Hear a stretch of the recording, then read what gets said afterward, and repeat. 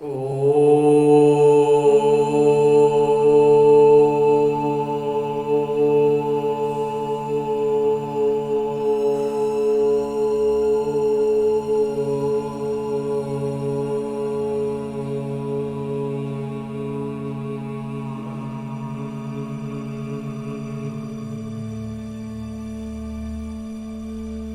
शांति। ओम शांति। बाबा बाबा ओम शांति। आज 24 अगस्त 2023 की मुरली है। सद्गुरुवार की मुरली है। बाबा कह रहे मीठे बच्चे, अव्यभिचारी याद से ही तुम्हारी अवस्था अचल अडोल बनेगी। पुरुषार्थ करो कि एक बाबा के सिवाय दूसरा कुछ भी याद ही ना आए। अपनी मानसिक अवस्था को इस स्तर पर ले जाना है। अपनी सोच को, अपनी समझ को ऐसा बदलते जाना है, निरंतर उसमें प्रयास करते जाना है कि बाबा के अलावा कुछ याद ही न रह जाए। और आगे मेरे बाबा प्रश्न पूछ रहे हैं कि शिव बाबा कौन सी सेवा करते हैं और तुम बच्चों को क्या करना है। उत्तर बतलाते हैं मेरे बाबा कि संगम पर शिव बाबा सभी आत्माओं को कब्र से निकालते हैं, अर्थात आत्माएं जो देह अभिमान में आकर पतित बन गई हैं, उन्हें पतित से पावन बनाने की सेवा करते हैं। और तुम बच्चे भी बाबा के साथ साथ सबको शांति धाम और सुख धाम का रास्ता बताने के लिए लाइट हाउस बनो। बाबा का पूरा मददगार बनना है, खुद में भी लाइट हाउस बनना है। तुम्हारी एक आंख में मुक्ति और दूसरी आंख में जीवन मुक्ति हो। गीत है, किसने ये सब खेल रचाया। ओम शांति। ये वास्तव में भक्ति मार्ग का गीत है। कोई है जरूर जिसकी ये महिमा है। बच्चे अच्छी रीति समझ सकते हैं कि ये बाबा ही हैं जो सब कुछ करते हैं। करण करावन हार है। सिख लोग बहुत महिमा गाते हैं क्योंकि नया धर्म है और ये है बहुत पुराना धर्म। गाते हैं एक ओंकार। ओम का अर्थ भी बाबा ने बहुत अच्छी रीति समझाया है। वो तो बहुत लंबा चौड़ा अर्थ कर देते हैं। मैं कहता हूँ कि मैं परमात्मा परम धाम का रहने वाला हूँ। मैं पुनर्जन्म में नहीं आता हूँ, तुम पुनर्जन्म में आते हो। बाबा बच्चों को बैठ परिचय देते हैं। सम्मुख बैठ के बाबा में एक एक बात स्पष्ट समझाते हैं। मैं बच्चों के सामने ही प्रत्यक्ष हूँ। इन्हों को समझाया है कि मैं हूँ परम पिता परमात्मा, जिसको तुम आत्माएं भक्ति मार्ग में याद करती हो। ओ गॉड फादर के नाम से उनकी महिमा भी है। पतित पावन रहम दिल मुक्ति दाता। उनको गाइड भी कहते हैं, पथ प्रदर्शक भी कहते हैं। वो है पांडव सेना। पांडव मुक्ति, जीवन मुक्ति की राह बताता है। गाते भी है ना, नैया मेरी पार लगाओ। तो बरोबर परमात्मा को खेवैया भी कहते हैं, बागवान भी कहते हैं। कहते हैं तुम कितने मस्त थे, सतयुग त्रेता में बेपरवाह बादशाह थे। कितने वैभव थे, श्रीनाथ द्वारे में कितने वैभव खिलाते हैं। पग की रसोई बनाते हैं, जगन्नाथ के मंदिर में दाल चावल बनाते हैं, वहाँ काले चित्र दिखाते हैं। अभी तुम सब काले हो। श्रीनाथ द्वारे में बहुत फर्स्ट क्लास चीजें बनती हैं। फिर जो श्रीनाथ को भोग लगाते हैं वो पुजारियों को मिल जाता है। वो फिर दुकान में बेचते हैं, उससे शरीर निर्वाह होता है। तुम बच्चे तो स्वर्ग के मालिक बनते हो। वहाँ जो वैभव तुम खाते हो वो दास दासियां भी खाते हैं। 36 प्रकार के वैभव बनते हैं, इतने तो खा नहीं सकेंगे, तो फिर दास दासियां खाते हैं। परंतु इसमें ही खुश नहीं होना है, राजधानी तो सारी बननी है। तुम वहाँ बहुत मौज में रहेंगे। वर्ल्ड अलमाइटी अथॉरिटी का स्थापन किया हुआ स्वर्ग का राज्य भाग्य तुम बच्चों को मिलता है। विश्व की सर्वोच्च, विश्व नहीं पूरे सृष्टि, पूरे ब्रह्मांड की जो सर्वोच्च सत्ता है, उन्होंने ये स्वर्ग स्थापन किया है और उन्होंने हमें ये राज्य भाग्य दे रहे हैं, उच्चतम श्रेणी का है। कहते हैं ज्ञान, भक्ति, वैराग्य। अब वैराग्य दो प्रकार का होता है। सन्यासियों का है हद का वैराग्य, घर बार छोड़ जाकर जंगल में बैठते हैं, फिर वो गुप्त मदद करते हैं, भारत का बहुत फायदा करते हैं। जैसे विनाश के लिए कहा जाता है कि इनसे स्वर्ग के गेट खुलते हैं, वैसे ये पवित्रता की मदद करते हैं, इसलिए नाटक में उन्हों की भी महिमा है। बाबा कहते हैं कि ये ज्ञान प्रायः लोप हो जाता है, ये वाला जो बाबा हमें ज्ञान दे रही है तो लोप हो जाएगा। तो उनका है हद का वैराग्य, तुम्हारा है बेहद का। तुम्हें बेहद के पिता वैराग्य दिलाते हैं, गृहस्थ व्यवहार में रहते सिर्फ बुद्धि से भूलना है। ये तो पुराना शरीर है, अब 84 जन्म पूरे हुए। देह सहित देह के सब धर्मों, सर्व संबंधों को भूलना है, अपने को देही समझना है, यानी आत्मा समझना है। वो तो कह देते कि आत्मा निर्लेप, कुछ भी खाओ पियो, लेप शेप नहीं लगता। अनेक मतांतर हैं, बहुत इन सब में उलझ जाते हैं, लेकिन वास्तविकता ये नहीं है, क्योंकि जो भी नया बच्चा जन्म लेता है वो तो अपने संस्कारों के साथ आता है। तो कैसी रस्म रिवाज है जिसने जो मत चलाई चल पड़ती है। जैसे यहाँ कोई आदि देव को महावीर कहते हैं, महावीर फिर हनुमान को भी कहते हैं। वास्तव में तुम सब महावीर महावीरनिया हो, जो माया पर जीत पाते हो, श्रीमत पर पुरुषार्थ करते हो। तुमको अपनी अवस्था ऐसी रखनी है जैसे अंगद को रावण हिला नहीं सका। अंगद की तरह अपना पांव इस पुरुषार्थ में, इस ज्ञान में जमा देना है। फिर रावण जितना भी हिलाने की कोशिश करे, अपने कितने भी बड़े से बड़ा योद्धा को भेजे, लेकिन वो हिला न पाए। तुम महावीरों को भी भल कितना भी माया का तूफान लगे, परंतु हिलना नहीं है। ये अवस्था अभी नहीं होगी, अंत में ऐसी अवस्था होनी है। पुरुषार्थ और अभ्यास तो लगातार बढ़ाता होगा। कितने भी विकल्पों के तूफान आए, लेकिन अडोल रहना है। अव्यभिचारी याद रहे और किसी की याद ना आए, इसमें मेहनत बहुत करनी है। बिछाड़ी में भी अचल अडोल बनेंगे। जब अंत होगा, बहुत समय नजदीक होने लगेगा, तब जाकर के इस अवस्था तक पहुंचेंगे जिनका अभ्यास अच्छा रहेगा। अचल घर यादगार है ना, उसके ऊपर गुरु शिखर है। अभी तुम समझते हो ऊंचते ऊंचे हैं शिव बाबा, वो है रचयिता। पहले पहले क्या रचते हैं वो भी बुद्धि में रखना है। ऊंचते ऊंचे हैं शिव बाबा, फिर है ब्रह्मा विष्णु शंकर सूक्ष्म वतनवासी। विष्णु को 4 भुजाएं क्यों देते हैं? इससे ये प्रवृत्ति मार्ग सिद्ध होता है।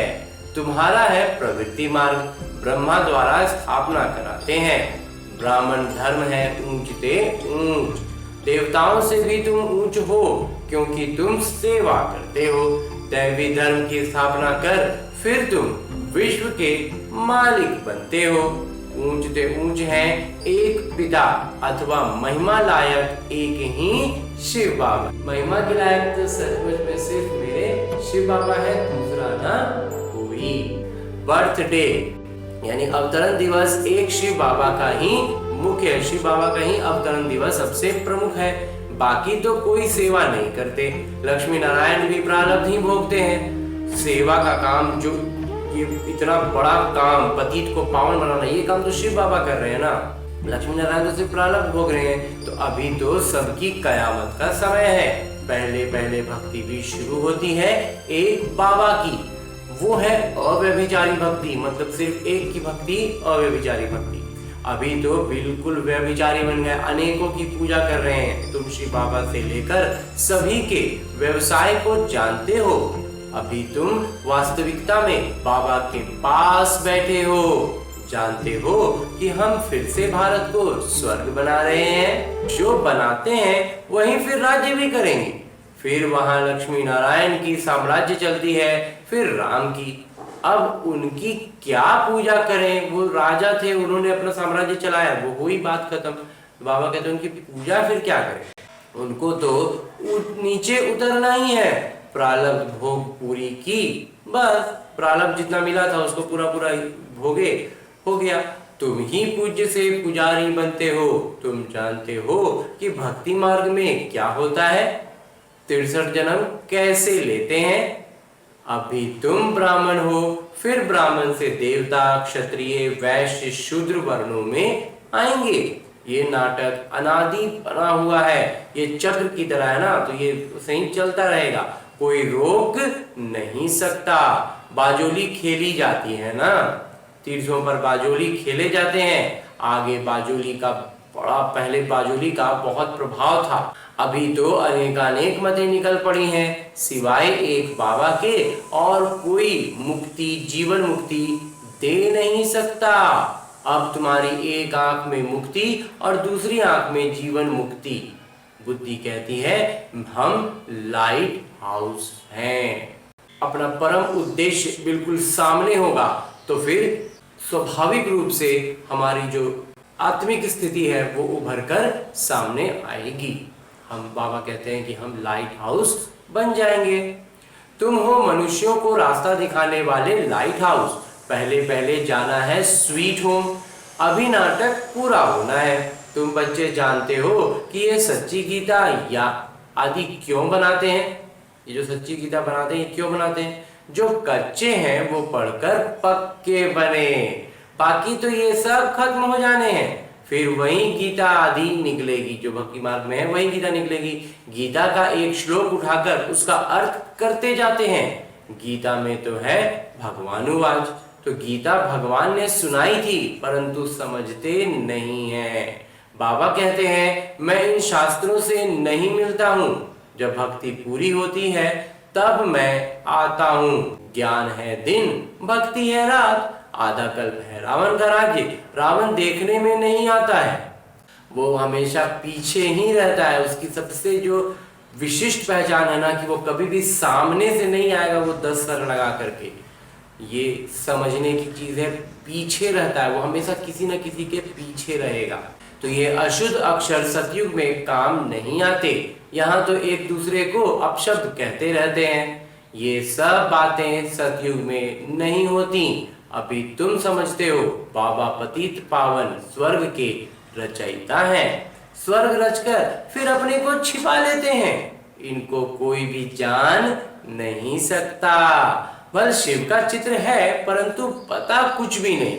शिव बाबा कब आए, कैसे आए, ब्रह्मा विष्णु शंकर का क्या राज है, वो कहाँ रहते हैं, लक्ष्मी नारायण को सतयुग में इतनी ऊंचाई राजाई कैसे मिली, कलयुग में तो है नहीं, तो कैसे वो राजाई पाते हैं ये अब तुम समझते हो। बच्चों को बाबा से अच्छी रीति पढ़कर फिर औरों को पढ़ाना है। बाबा सभी बच्चों को कहते हैं कि मेरे सीखी लदे बच्चे, ओ मेरे शालिग्रामों, मैं इस शरीर में आकर तुमको समझाता हूँ। ब्रह्मा के तन को लिया हुआ है, ब्रह्मा से ब्राह्मण जन्म होते हैं और कोई सत्संग में ऐसा कोई मना नहीं होता है। जिस तरह का यहाँ पर होता है कि कोई भी बाहरी आदमी नहीं आ सकता है, तो ऐसा वहां पर नहीं होता है। यहाँ मना करते हैं, विष पर झगड़े होते हैं। विष के लिए जब बोला जाता है तो उसमें एकदम झगड़ जाते हैं, जिसके लिए ही बाबा कहते हैं कि ये विष आदि मध्य अंत दुख देता है। ये जो विष है ये शुरू से जब से आया है तब से दुख ही दे रहा है। ये है सबसे बड़ा दुश्मन, नंबर 1 दुश्मन है। इस काम महाशत्रु को जीतो जिससे तुमको आदि मध्य अंत दुख दिया है। इसलिए कहते हैं पतित पावन आइए। जानते हैं कि हम पतित हैं तब तो जाकर पावन के आगे माथा टेकते हैं, पवित्रता की कशिश होती है, इसलिए उन्हों का मर्तबा रखते हैं। वो भी समझते हैं कि हमारे जैसा ऊंच भारत में कोई है नहीं। उन्हों को भी तुम शक्तियों ने बाण मारे हैं। अगर स्थूल बाणों की बात होती तो ऐसे थोड़ी ही कहते कि परमपिता परमात्मा ने बाण मरवाए। ये है ज्ञान के बाण।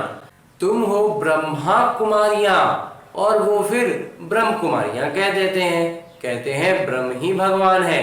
बाबा कहते हैं ये तुम्हारा भ्रम है। जब कहते हैं कि ब्रह्म ही भगवान है तो बाबा कहते हैं ये तुम्हारा भ्रम है। तो अब तुम्हारे पास सन्यासी लोग भी बहुत आते हैं, बड़े बड़े आदमी सन्यासी के पास जाते हैं, बोलते हैं महात्मा जी चलिए हम आपको भोजन खिलाएं। बहुत उन्हों की खातिरी करते हैं, उनका बहुत खातिरदारी करते हैं, पवित्रता की निशानी है ना। आजकल तो कई डाकू भी सन्यासी का वेश धारण कर लेते हैं। तुम तो बिल्कुल साफ हो और तुम हो भी राज ऋषि। तो अभी तुम ऊपर से नीचे तक समझ गए हो, जानते हो कि हम सो देवी देवता लक्ष्मी नारायण बन प्रारब्ध भोगते हैं। आधा कल्प बाद फिर जब और धर्म आते हैं तब लड़ाइयां आती लगती हैं। ये भी सब नाटक में है। तो मूल वतन, स्थूल वतन, सूक्ष्म वतन, सृष्टि के आदि मध्य अंत को, सारा कुछ को जानकर ज्ञानवान बन गए हो। चक्र को भी जान लिया है। चक्रवर्ती राजा बनने के लिए भारत में दोहरा सिरताज राजा रानी ये लक्ष्मी नारायण ही थे। सिंगल ताज यानी सिर्फ इकहरा ताज वाले उन्हों को नमन करते हैं, जिनका एक ताज होता है वो दोहरे ताज वालों को नमन ही करेंगे ना। तो पवित्रता की ताकत थी। सतयुग में निर्विकारी, संपूर्ण निर्विकारी थे। सतयुग में एकदम विकार नाम की कोई चीज ही नहीं थी। तो गाते भी हैं सर्वगुण संपन्न। ये क्यों गाते हैं? खुद पुजारी विकारी हैं। भारत पर ही सारा खेल है। दोहरा सिरताज और सिंगल सिरताज, अभी तो नो ताज, अभी तो फिलहाल कोई ताज ही नहीं है। तो तुम सारे सृष्टि चक्र को समझ गए हो। रचयिता, निर्देशक, मुख्य कलाकार कौन है तुम अभी जानते हो। फिर तुम देवता बन जाएंगे। जब ये ज्ञान समझ में आ गया, उस ज्ञान मार्ग पर चलेंगे तो हम, वो बाबा कहते हैं देवता ही बन जाएंगे। तो माया की जो कीचड़ लगी है वह धोई जाती है। बाबा कहते हैं मैं धोबी भी हूँ, बड़े से बड़े सुनार भी हूँ, और तुम्हारे जेवर को अभी भट्टी में डालते हैं। तुम सच्चा जेवर बन जाएंगे। बाबा बैरिस्टर भी हैं। तुमको 5 विकारों की जेल से छुड़ाते हैं, मुक्त करते हैं। बाबा बैरिस्टर भी हैं, विकारों की जेल से छुड़ाते भी हैं, धोबी भी अपने आप को बताते हैं, हमारा सारा मैल धोते हैं, विकार धोते हैं। और हमारे बाबा जौहरी भी हैं जो हमें चुनते हैं। तुम रावण की जेल में हो। जेल से छुड़ाने के लिए वकालत सिखलाते हैं कि अपने को कैसे छुड़ाओ। बाबा कहते हैं मैं अपना कार्य कर तुमको राज्य भाग दे, फिर मैं गुप्त हो जाऊंगा, तुम सुखी बन जाएंगे, तुम राजधानी ले लेंगे, फिर मैं वानप्रस्थ में बैठ जाऊंगा। अच्छा, सबसे भाग्यशाली कौन? बाबा कहते हैं कि कन्याएं भाग्यशाली हैं। बाबा कहते हैं मैं अपना फर्ज पालन करता हूँ।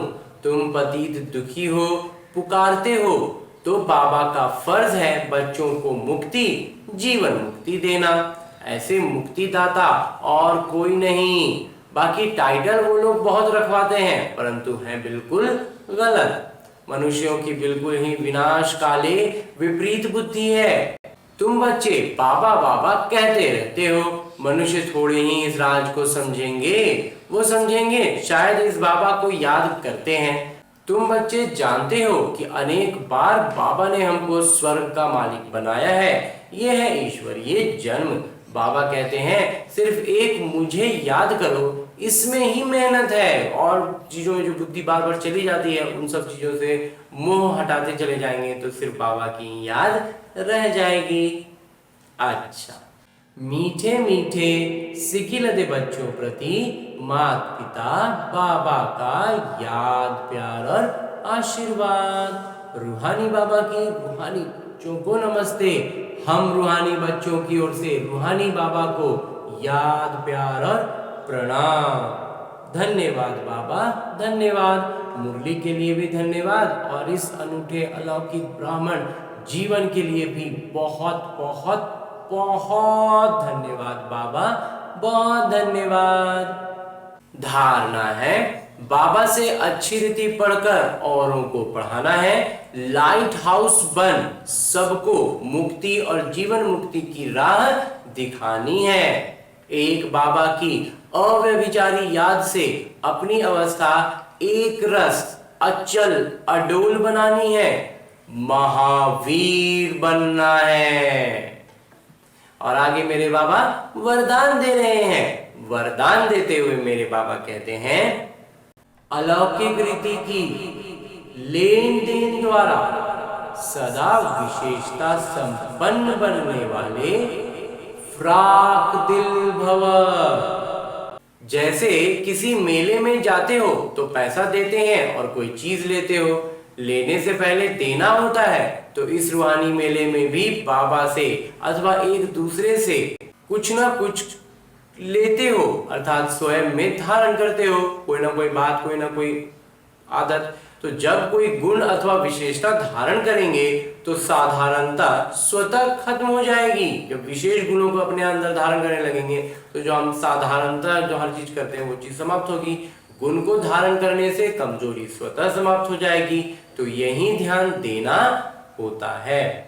हर क्षण ऐसी लेन देन करने में फ्राक दिल बनो तो विशेषताओं से संपन्न बन जाएंगे। और अंत में स्लोगन है, मुरली का उपदेश है, अपनी विशेषताओं का प्रयोग करो तो हर कदम में प्रगति का अनुभव होगा। जब हर कदम में विशेष विशेषताओं को अपने जीवन में अपनाएंगे तो प्रगति का तो अनुभव होगा ही।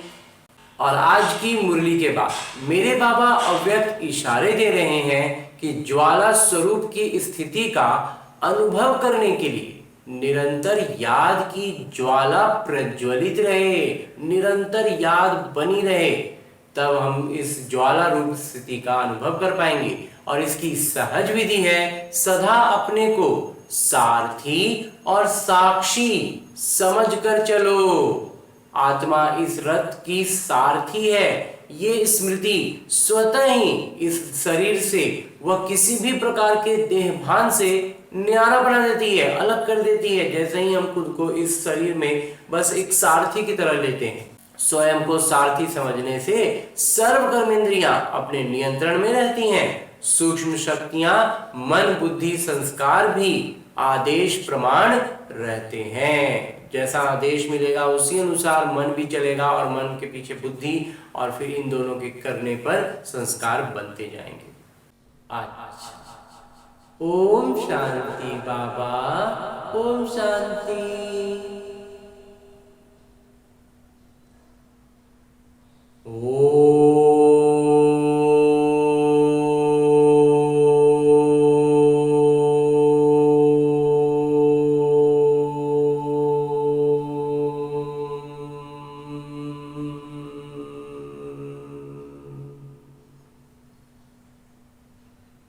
शांति।